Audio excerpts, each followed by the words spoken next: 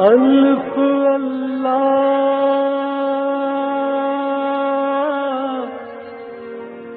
چمبے دی بوٹی میرے من وچ مرشد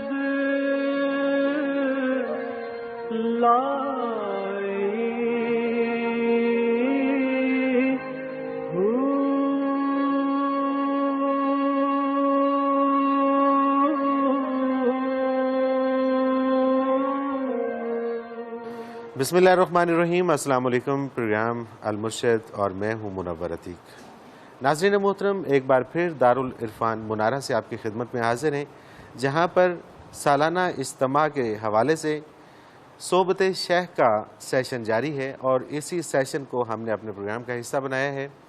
اس وقت یہاں پر بہت سارے سالکین موجود ہیں جو حضرت صاحب سے سوالات کرنا چاہتے ہیں۔ انہوں نے اپنے سوالات میرے حوالے کر دیے ہیں، اور شیخ سلسلہ جناب حضرت امیر محمد اکرم اوان صاحب بھی ہمارے درمیان موجود ہیں۔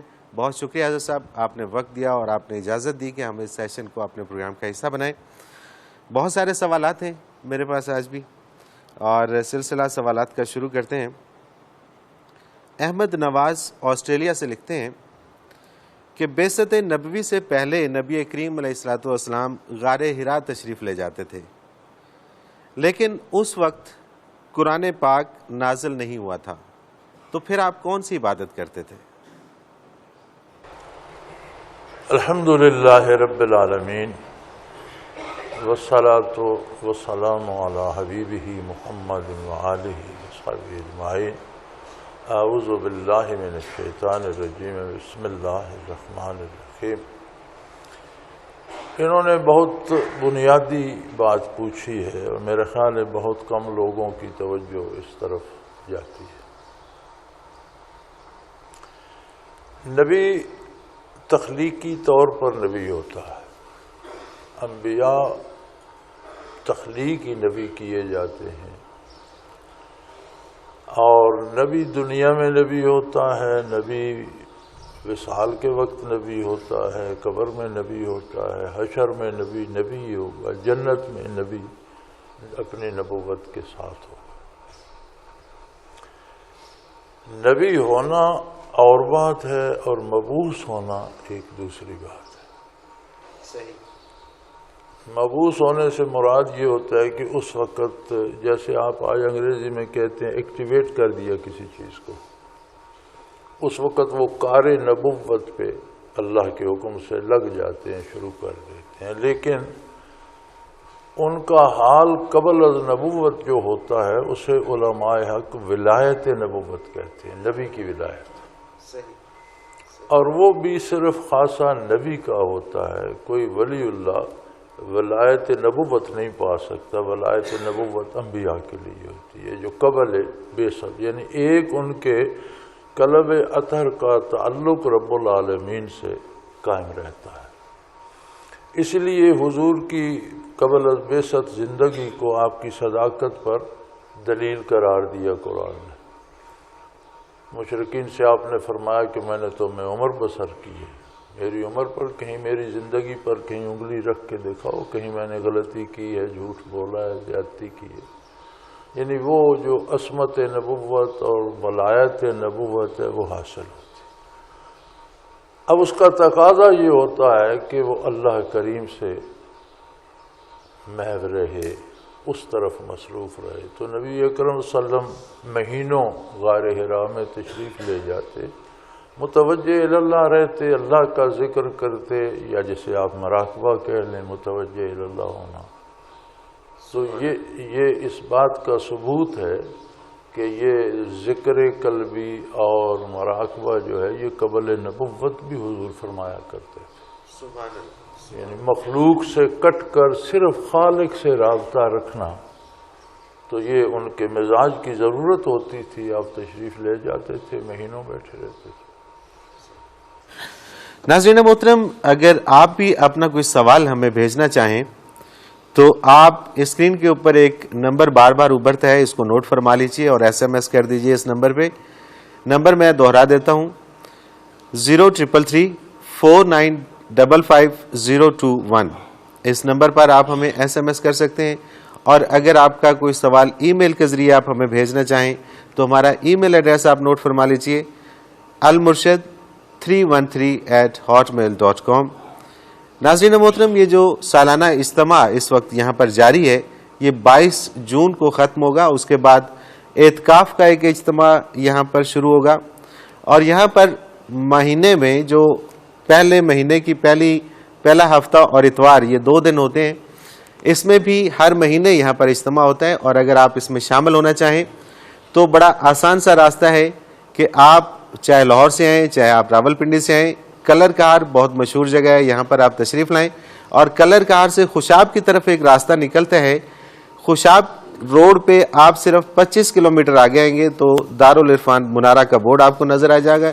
منارہ ایک گاؤں ہے، اس گاؤں سے تھوڑا سا پہلے دارالعرفان منارہ ہے، یہاں پر آپ تشریف لائیے، اور یہاں پر روحانی تربیت کا سلسلہ ہر وقت جاری رہتا ہے، اور آپ بھی اس میں شامل ہو کر استفادہ کر سکتے ہیں۔ اگلا سوال اس میں شامل کرتے ہیں۔ حضرت جی، ایک سوال آصف امین ہے میاں والی سے، یہ پوچھتے ہیں کہ جی ایک مومن کی زندگی میں دینوی ترجیحات کس حد تک ضروری ہیں؟ الحمدللہ لفظ مومن ہی اس بات پہ دلالت کرتا ہے کہ اس کا دین کے نظریات پر اور احکام پر یقین ہے۔ مومن سے مراد یہ صحیح۔ تو مومن کی زندگی بسر ہی دین کے مطابق ہوتی ہے۔ سبحان اللہ۔ نبی صلی اللہ علیہ وسلم کا ارشاد ہے کہ دونوں میں سے ایک طرف نقصان ہوتا ہے۔ آپ اگر دنیا کمانا چاہتے ہیں، اس طرف مصروف ہو جاتے ہیں تو آخرت کا دین کا نقصان ہوتا ہے۔ آپ اگر کلی طور پر دین پر عمل پیرا ہوتے ہیں تو دنیا کے چھوٹے چھوٹے نقصان برداشت کرنا پڑتا ہے۔ تو ہم مسلط اندیشی سے کام لیتے ہیں کہ دنیا کے نقصان سے بھی بچ جائیں، پھر ادھر تھوڑا کچھ ادھر ہو جائے کچھ ادھر، تو دونوں طرف نقصان ہوتا ہے۔ مومن کی زندگی یہ ہے کہ وہ دین کی طرف نقصان نہیں ہونے دیتا۔ صحیح۔ کیونکہ دین نام ہے پوری زندگی کے ٹائم ٹیبل کا، پورے عقائد سے لے کر کردار اور اعمال تک کا۔ تو مومن کی ترجیح تو ہر عمل میں، سونے جاگنے میں، کھانے پینے میں حلال ہو، پاکیزہ، ہر عمل میں ترجیح دین ہو، اور اس کی پوری زندگی جو ہے وہ اسی کے اوپر ہی گزرتی ہے۔ ایک بڑا انٹرسٹنگ سوال ہے محمد گلزار کراچی سے، یہ لکھتے ہیں جی کسی بھی جرم کی سزا دینے کی 2 وجوہات ہوتی ہیں، ایک تو یہ کہ مجرم آئندہ یہ جرم نہ کرے، اور دوسری کہ باقی لوگ اس سے نصیحت حاصل کریں۔ وہ کہتے ہیں کہ میرا سوال یہ ہے کہ قیامت والے دن سزا کیوں دی جائے گی، جبکہ اس دن کے بعد نہ تو کوئی نصیحت پکڑے گا اور نہ کسی کو عبرت کی ضرورت ہے؟ اصل بات یہ ہے، بات تھوڑی سی سمجھنے کی ہے۔ دنیا دار عمل ہے، یعنی یہاں ہم نے عمل کرنا ہے۔ آخرت دار جزا ہے، اس عمل پر کیا نتیجہ مرتب ہوتا ہے آخرت میں ہمیں وہ بھگتنا ہے۔ صحیح۔ تو قیامت کو لوگ اپنے اعمال کا جو نتیجہ ہے وہ بھگتیں گے، آپ اسے سزا کہیں یا انعام کہہ لیں۔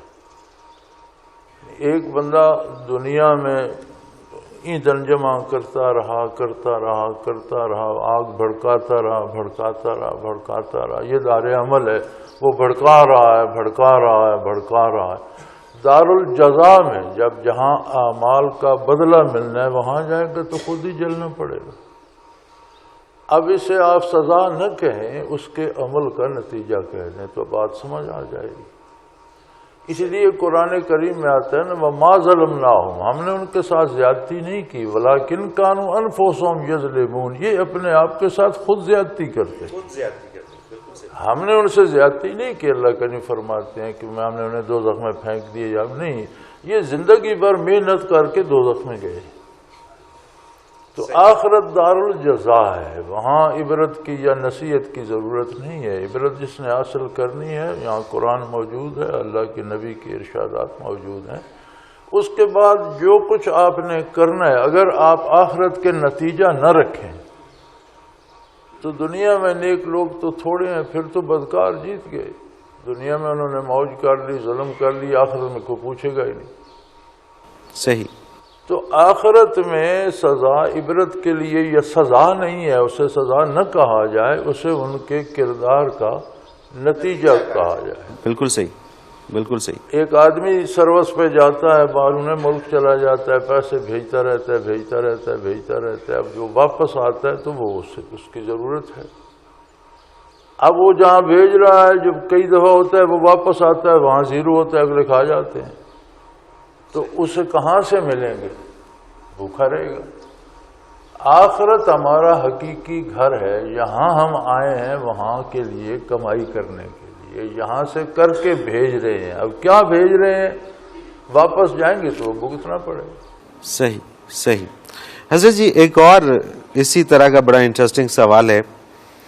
سائمہ ریاض ہیں راول پنڈی سے، یہ کہتی ہیں کہ ہم تمام عمر لوگوں سے ڈرتے رہتے ہیں کہ فلاں ناراض نہ ہو جائے، فلاں کو یہ برا نہ لگے، فلاں نہ جانے کیا ریئیکٹ کرے. اس ڈر میں زندگی گزر جاتی ہے. ایسے میں دل چاہتا ہے کہ کوئی تو ہو جو ہمیں ہر حال میں قبول کرے، ہم جیسے بھی ہیں، جس طرح کے بھی ہیں، وہ ہم سے ناراض نہ ہو. تو اللہ کریم جو ہم سے 70 ماؤں سے بڑھ کر پیار کرتا ہے، اس سے بھی ڈرنے کا حکم ہے. وہ خود فرماتا ہے کہ ڈرو اللہ سے. گویا اللہ تعالیٰ سے بھی وہی ڈر جو اس کے بندوں سے ہے. بڑی مزیدار بات ہے. بات یہ ہے کہ آدمی اپنے کردار پہ بڑی کڑی نظر رکھتا ہے، گفتار پہ بھی، عمل پہ بھی. اور وہ چاہتا ہے کہ کہیں کوئی بھی اس پہ ناراض نہ ہو، خفا نہ ہو، کسی کی دل آزاری نہ ہو. ہوتا یہ ہے کہ اس کے باوجود ساری زندگی لوگ ناراض ہی رہتے، یعنی آپ کبھی راضی نہیں رکھ سکتے لوگ. اگر یہ جو ہماری کوشش ہے کہ کوئی ناراض نہ ہو، اس کو ہم اللہ کی طرف کر لیں، اپنے کردار پر یہ نظر رکھیں کہ کہیں اللہ کی نافرمانی نہ ہو، اللہ میرے کردار سے خوش ہو، تو پھر یہ ڈر نکل جاتا ہے کہ کوئی کیا کہتا ہے، جو جس کا جی چاہتا ہے کہتا رہے. صحیح. بزرگان دین کے حالات پڑھے ہیں میں نے. ایک بزرگ بہت بڑے وقت کے اپنے شیخ تھے، صوفی تھے، اللہ کی کروڑوں رحم تھے ان پر. تو انہوں نے کہیں جلسے میں تقریر کی. تقریر کے بعد آ کر احباب میں بیٹھے تو کسی نے آ کر کہا، تفرقہ بازی تو ہر جگہ ہے، وہ جی دوسرے فرقے طبقے کے لوگ کہہ رہے ہیں کہ یہ کافر ہے، آپ کے بارے کہہ رہے ہیں. انہوں نے اطمینان سے سنا. انہوں نے کہا اشہد ان لا الہ الا اللہ و اشہد ان محمد رسول اللہ. اب تو میں مسلمان ہوں. تو جب اللہ سے رابطہ ہو جائے، اور یہ ڈر، چونکہ اردو کا دامن تنگ ہے. صحیح. عربی نے لفظ تقوی استعمال کیا ہے، واتقوا اللہ. اس کا ترجمہ ڈر کر دیا گیا. ڈر کئی قسم کا ہوتا ہے. دشمن سے ہم ڈرتے ہیں، نقصان پہنچانے والے سے، ڈاکو سے ڈرتے ہیں، موذی جانور سے ڈرتے ہیں. یہ نہیں مطلب. اللہ سے ڈر کا مطلب یہ ہے کہ جیسا آپ کا کسی سے بہت قریبی تعلق ہو، تو کام کرتے وقت آپ سوچتے ہیں کہ کوئی ایسی بات نہ نکل جائے کہ وہ مجھ سے خفا ہو جائے، اس تعلق میں بال آ جائے. صحیح. اس ڈر کو تقویٰ کہتے ہیں. صحیح. تو اللہ سے ڈرنے کا جو ہے کہ اللہ سے آپ کی ریلیشن ایسی ہو، آپ کا تعلق، رابطہ اللہ کریم سے ایسا ہو کہ بات کرتے وقت، کام کرتے وقت فوراً گھنٹی بجے کہ کوئی ایسا لفظ منہ سے نہ نکلے کہ اللہ خفا ہو جائے، ایسا کام نہ کرو کہ اللہ یہ ڈر مراد ہے. وہ ڈر جو عمومی ہمیں لوگوں سے ہوتا ہے وہ مراد نہیں ہے. وہ نہیں ہے. بہت فرق ہے، بہت فرق ہے. حضرت جی سوالات اور بھی بہت سارے ہیں. ناظرین محترم ایک مختصر سا کمرشل بریک، اس کے بعد حاضر ہوتے ہیں. ہمارے ساتھ رہیے گا.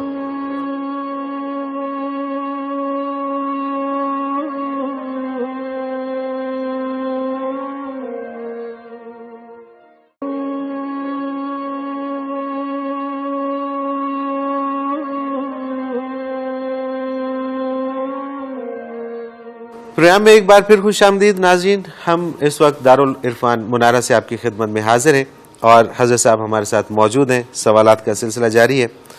حضرت جی، ایک اور بڑا اہم سوال کہ یہ ہیں وسیم نذیر ہیں فیصل آباد سے. یہ لکھتے ہیں کہ علماء حق نے علم کے جو 4 حصے بتائے ہیں، شریعت، طریقت، حقیقت اور معرفت، ان کی وضاحت فرما دیجیے. شریعت ایک زندگی کی میزان ہے، ٹائم ٹیبل ہے، ایک پروگرام ہے فار دا ہول لائف جو اللہ نے عطا فرمایا، قرآن کریم میں موجود ہے، نبی صلی اللہ علیہ وسلم نے اس کی وضاحت فرما دی، حدیث شریف میں موجود ہے.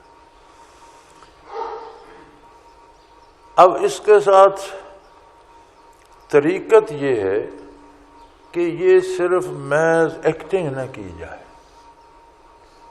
کہ ہم یہ کہیں، اس میں دل کا خلوص بھی شامل ہے. صحیح. جو عمل آپ کرتے ہیں کرنا شریعت کے مطابق ہے. صحیح. اس میں جو دل کا خلوص شامل ہو جائے گا تو یہ طریقت ہو جائے گی. محض ایکٹنگ نہ ہو بلکہ دل سے کیا دل سے کرے. یہ اب جب دل سے کرے گا تو معرفت. اچھا، معرفت پہ. معرفت یہ ہے کہ کیفیات اسے محسوس ہوں گی. صحیح. معرفت کا مطلب ہوتا ہے کسی چیز کو پہچاننا. بالکل صحیح. جب خلوص دل سے نیک عمل کرے گا تو گناہ کی کڑواہٹ فیل کرے گا، نیکی کی لذت محسوس کرے گا. سبحان اللہ، سبحان اللہ. جب اسے نیکی کی لذت محسوس ہو تو یہ معرفت ہے. کیا بات.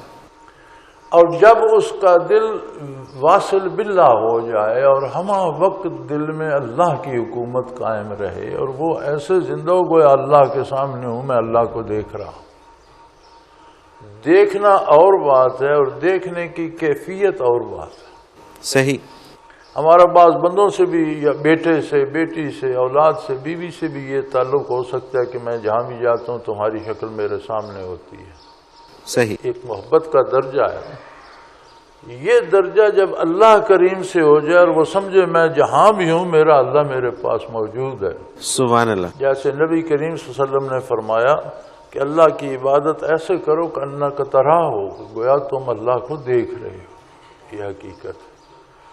اب کم از کم یہ ہے کہ تم نہیں دیکھ رہے لیکن وہ تمہیں دیکھ رہا ہے. سبحان اللہ. یہ معرفت ہے. سبحان اللہ. سبحان اللہ.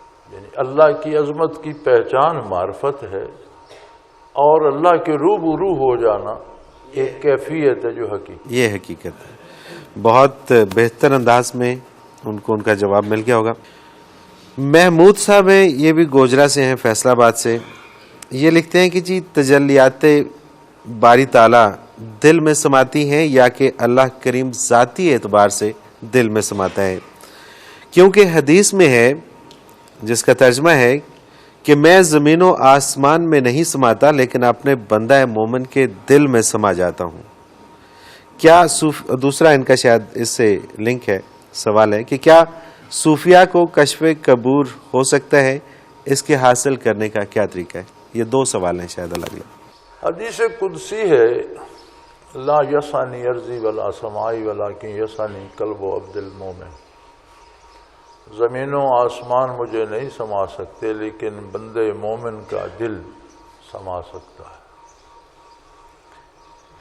اب اس کا مطلب جو پہلے ہم کہہ چکے معرفت و حقیقت کی بات جو گزر چکی ابھی یہ ادراک حقیقت جب ہوتا ہے تو ہر شخص کو اپنی حیثیت کے مطابق ہوتا ہے. صحیح. ہر ایک کی اپنی نظر ہے. میں آپ کو دیکھ رہا ہوں، مجھے آپ کا لباس وغیرہ نظر آ رہا ہے لیکن شاید کسی اور کو مجھ سے زیادہ واضح نظر آ رہا ہو. شاید کوئی ایسے بھی بیٹھے ہوں جنہیں مجھ سے کم ایک ہیولا سا کھڑا نظر آ رہا ہو. اپنی اپنی نگاہ ہے نا. اپنے اپنے دل کی کیفیت اور دل کی وسعت اور نورانیت ہے، اس کے مطابق اس میں تجلیات باری سماتی. سبحان اللہ. ہر دل میں ایک سی نہیں ہوتی، اپنا اپنا دل ہے، اس کی استعداد ہے، اس کا خشوع و خضوع اور خلوص ہے، اس کے مطابق اسے جو لفظ حقیقت گزرا کہ اپنی حیثیت کے مطابق اسے حقیقتاً اللہ کی عظمت کی پہچان ہو جائے. سبحان اللہ. اس سے انسان کے علاوہ ساری مخلوق آ رہی ہے، انہیں یہ باقی کسی فرشتوں تک کو یہ جرأت دی نہیں گئی کہ وہ معرفت کی طرف نظر اٹھائیں. یہ صرف انسان کی خصوصیت. سبحان اللہ. تو اس کا یہ مطلب نہیں کہ اللہ کریم سارے کے سارے اس کے دل میں سما گئے. وہ تو اللہ تو محدود نہیں ہے، لامحدود شان ہے اس کی. حدود جس کی ہوں وہ مخلوق ہوتا ہے جو سما جائے کسی چیز میں. اس کا مطلب ہے کہ اپنی حیثیت کے مطابق اسے حقیقت نصیب ہو جاتی ہے. صوفیاء کو کشف قبور بھی ہوتا ہے اور بہت سے مشاہدات زندوں مردوں کے ہوتے ہیں، لیکن اس کے لیے کیا کچھ نہیں. کیا اللہ کی رضا کے لیے جاتا ہے. یہ از قسم ثمرات ہے، کسی کو دے دے. صحیح، یعنی کہ یہ اس کی عطا ہے، محنت کر کے حاصل نہیں کیا جا سکتا. یہ اس کے لیے محنت کرنا شرک ہے. شرک ہے. شرک. اللہ کے سوا کسی کام کے لیے عبادت کرنا اللہ کی ذات کے ساتھ شریک کرنا ہے، چونکہ عبادت خاص اس ایک کا حصہ ہے. صحیح. اس کی رضا کے لیے کی جائے. کسی دوسرے کام کے لیے آپ عبادت کریں گے تو یہ شرک فی العبادت ہوگا. عبادت میں آپ نے دوسرے کو شریک کر لیا، اب وہ اللہ کے ہاں مقبول نہیں ہے. اچھا حضرت جی، یہ کشف تو ایک پورا سبجیکٹ ہے، اور کشف کا جو مطلب ہم عام فہم میں لیتے ہیں وہ یہی ہے کہ کسی چیز کو جاننا ہے، ایسی چیز کو جو چھپی ہوئی ہے، پردہ ہٹ جانا. تو پھر اگر یہ سبجیکٹ ہے پورا اور اس کے اوپر محنت ہوتی ہے، پڑھایا جاتا ہے، پڑھا جاتا ہے، سیکھا جاتا ہے، تو پھر یہ شرک ہے کیا؟ نہیں. اس کے حصول کے لیے نمازیں پڑھنا یا وظیفے پڑھنا یا عبادت کرنا وہ شرک ہے. وہ شرک ہے. اس کو جاننا. اب یہ کشف یہ ہے کہ حضرت یعقوب علیہ السلام سے یوسف علیہ السلام جدا ہو گئے. اسی گاؤں کے باہر جنگل میں کنواں تھا، اس میں پھینک دیے. وہاں سے قافلے والوں نے نکالا، لے گئے. مصر میں نیلام ہو گئے، جیل میں چلے گئے، پھر حکمران بن گئے. کوئی پتہ نہیں یعقوب علیہ السلام کو کوئی کشف نہیں. صحیح. اللہ نہیں چاہتا تھا. ہاں انہیں یہ پتا تھا کہ زندہ ہے. وہ ان کا جو خواب تھا کہ میں نے سورج چاند اور ستاروں کو سجدہ کرتے دیکھے تو آپ نے تعبیر فرمائی کہ اللہ آپ کو عظمت عطا کرے گا اور تعبیر کا علم عطا فرمائے. قرآن نے سارا واقعہ بیان کیا. تو آپ کو یقین تھا کہ زندہ ہے، وہ خواب کی تعبیر سچ ہوگی. کہاں ہے کوئی پتہ نہیں. اب جب ان کے بھائیوں کی ملاقات یوسف علیہ السلام سے ہو گئی اور سارا واقعہ بیان ہو گیا اور بھائیوں نے معذرت کر لی، تو یوسف علیہ السلام نے فرمایا کہ اب جاؤ، مصر کی حکومت میرے پاس ہے، اپنے بال بچوں کو سب خاندان کو یہاں لے آؤ، اور میرے والد کی نظر جاتی رہی ہے تو یہ میرا کرتا لے جاؤ، اس حبوب قمیصی میری قمیص لے جاؤ، ان کی آنکھوں پہ ملو، انشاءاللہ آنکھیں درست ہو جائیں. سبحان اللہ. ولما فصلت العیر، وہ قمیض والا قافلہ جب مصر سے روانہ ہوا تو یعقوب علیہ السلام نے فرمایا انی لاجد یوسف، یار آج مجھے یوسف کی خوشبو آ رہی ہے. یعنی یوسف تو وہ منظوم کیا مولوی رومی رحمۃ اللہ علیہ نے، کسے پرسید گم کردہ فرزند کہ اے روشن گہر پیر خرد مند. وہ جن بزرگوں کا بیٹا گم ہو گیا تھا، ان سے کسی نے سوال کیا کہ آپ دانا تر اور اللہ کے برگزیدہ بندے ہیں. مصرش بوئے پیرہن شمیدی، مصر سے کرتے کی خوشبو آپ نے سونگ لی، چرادر چاہے کنا نشنتی دی. آپ کے گاؤں کے کنویں میں پڑا رہا، وہاں کیوں نہیں دیکھا؟ اللہ. تو انہوں نے فرمایا بگفتہ والے ماں برکے جہان است. ہمارا حال ایسے ہوتا ہے جیسے آسمان میں بجلی چمک جاتی ہے تو ساری زمین روشن ہو جائے. دمیں پیدا دمیں دیگر نہان است. کبھی ہر چیز سامنے آ جاتی ہے، کبھی کچھ بھی دکھائی نہیں. سبحان اللہ. سبحان اللہ. گہے بر تار میں اعلیٰ نشینم، کبھی تو ہم عرش الہی کی سیر کر رہے ہوتے ہیں. گہے پر پشت پائے خود نہ بینے، کبھی اپنے پاؤں کی پشت بھی نظر نہیں آتی. اللہ. تو کشف سے یہ ہے کہ جو چیز وہ دکھانا چاہتا ہے جب دکھانا چاہتا ہے دکھا دیتا ہے، جس چیز کو نہیں دکھانا چاہتا وہ نہیں دکھاتا. یہ صریحاً اس کی عطا ہے، وہ جس پہ عطا کر دے. اور جس پہ یہ بھید کھول دے. حضرت جی کچھ ہمارے دوست ہیں جو سوالات کرنا چاہتے ہیں. حضور اجتہاد کے بارے میں آپ کیا کہیں گے؟ اجتہاد کے بارے میں ابھی بہت ساری ایسی چیزیں ہیں جو کہ دیکھنے میں آیا کہ لوگوں کو مکمل طور پہ ان میں اتفاق نہیں اور وہ ان میں کنفیوژن کا شکار ہیں. مثلا آج کل کے دور میں دیکھ لیں کہ ٹیلی فون کے اوپر یا ویڈیو لنک کے اوپر نکاح کے اوپر دو رائے پائی جاتی ہیں. کچھ لوگ کہتے ہیں ہو سکتا ہے, کچھ لوگ کہتے ہیں نہیں ہو سکتا. چاند دیکھنے کے اوپر کمیونیکیشن فاسٹ ہونے کی وجہ سے اس پہ بھی آج تک اختلاف پایا جاتا ہے, کسی ایک جگہ پہ وہ متفق نہیں ہے. لباس پہننے کے اوپر کہا جاتا ہے اس میں نماز ہوتی ہے, اس میں نہیں ہوتی. تو اس طریقے سے کیا اجتہاد کا کوئی ایسا طریقہ کار نہیں ہے کہ وقت کے گزرنے کے ساتھ ساتھ جو روٹینز آتی ہیں, جیسے کہ سفر میں بھی کہا جاتا ہے کہ ایک مخصوص فاصلے کے آگے سفر کرو گے تو روزہ واجب نہیں ہے, لیکن اب تو طریقہ کار بدل چکا ہے. تو کیا کوئی ایسا طریقہ یہاں پہ نہیں ہے کہ ساروں کو ایک متفقہ رائے مل سکے کہ ہاں یہ جو چیزیں آج کل کے دور میں جدید دور میں ہیں اس کو اسلام کے ساتھ کیسے ایڈجسٹ کیا جا سکتا ہے؟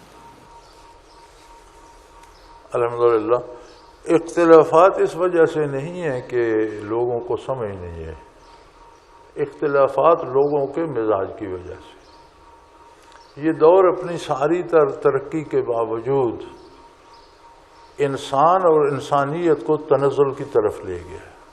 آپ کبھی غور فرمائیں, انسانی تہذیب کمال پر, اوج کمال پر تھی عہد نبوی.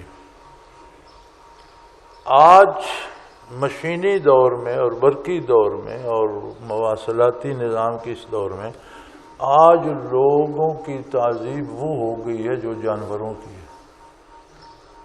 یعنی ہر چیز نے ترقی کی, تہذیب انسانی تنزل میں چلی گئی. آج آپ کا سارا ویسٹ برنا کیوں رہتا ہے؟ دلیل کیا ہے؟ کہتے ہیں جانور کوئی کپڑے پہنتے ہیں, جیسے پیدا ہوتے ہیں ویسے رہتے ہیں. تو اس کا مطلب ہے تہذیب جدید جو ہے انسانیت سے جتنی وہ اللہ کے رسول سے, دین سے دور ہوئی, اتنی انسانیت سے بھی دور چلی جاتی. تو آج کی تہذیب قابل فخر نہیں ہے, وسائل قابل فخر ہیں, لیکن جسے آپ تہذیب کہتے ہیں, آپ دیکھیں ہمارے زمانے میں ہم جوان تھے تب بھی یہ گانے بجانے والے لوگ انہیں کنجر اور کنجریاں کہتے تھے. اب اچھے شریف گھرانوں کی بچیاں ٹی وی پہ ڈانس کر رہی ہیں اور وہ سٹار ہو گئی ہیں. یعنی کتنی تہذیب انسانی بدلی کے کنجر سٹار ہو گئے. تو تہذیب تنزل میں چلی گئی نا, برائی اچھائی نظر آنے لگ گئی.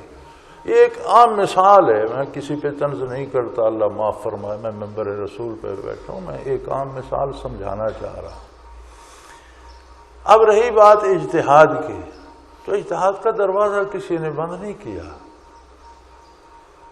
سوال یہ ہے کہ کوئی ایسا مسئلہ لا ہو جو متقدمین مجتہدین کے ارشادات میں نہ ملتا ہو, تو کوئی بندہ اس پائے کا ہو جو قرآن کی ہر آیت کا نزول, اس کا مفہوم, اس کی وہ تفسیر جو نبی کریم صلی اللہ علیہ وسلم نے فرمائی, اس کا وہ معنی جس پر صحابہ نے عمل کیا, حدیث شریف کی روایات, حدیث کی صحت سکم, ان سب چیزوں سے آگاہ ہو, فقہ کی پوری تعلیم رکھتا ہو, اور پھر کوئی ایسا مسئلہ آئے کہ اس کا حل پہلے نہیں ہے, تو وہ اس کی پہلے عہد میں کوئی مثال ڈھونڈتا ہے کہ اس سے ملتا جلتا کام فلاں عہد میں ہوا تھا, اس کا علماء نے یہ راستہ نکالا تھا, یہ اس سے ملتا جلتا ہے, لہذا اس کا یہ راستہ بنتا ہے. اسے اجتہاد کہتے ہیں.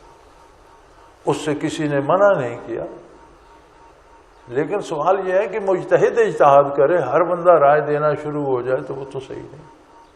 اور لوگوں میں اختلاف بیٹا لوگوں کی نااہلی کی وجہ سے ہے. انسانیت تنزل میں چلی گئی ہے. تو آپ نے جانوروں میں کبھی اتفاق دیکھا ہے؟ کتا کتے سے لڑتا ہے, بیل بیل سے لڑتا ہے, ہرن سے. میں تو جب دیکھتا ہوں وائلڈ لائف تو لڑائی ہو رہی ہوتی ہے. تو انسان جب تہذیب جانوروں سے حاصل کریں گے تو اس کے ساتھ وہی آئے گی کہ ہر بندہ ایک دوسرے سے دستوں کا ریباں ہوگا. آج کے اس پروگرام کا وقت اپنے اختتام کو پہنچا. آپ کے ساتھ بات کرتے ہوئے وقت کا احساس ہی نہیں ہوتا. ناظرین محترم, انشاءاللہ تعالی نیکسٹ پروگرام بھی آپ کی خدمت میں یہی دارالعرفان منارہ سے پیش کریں گے. تب تک کے لیے منور عتیق کو اجازت. اللہ حافظ.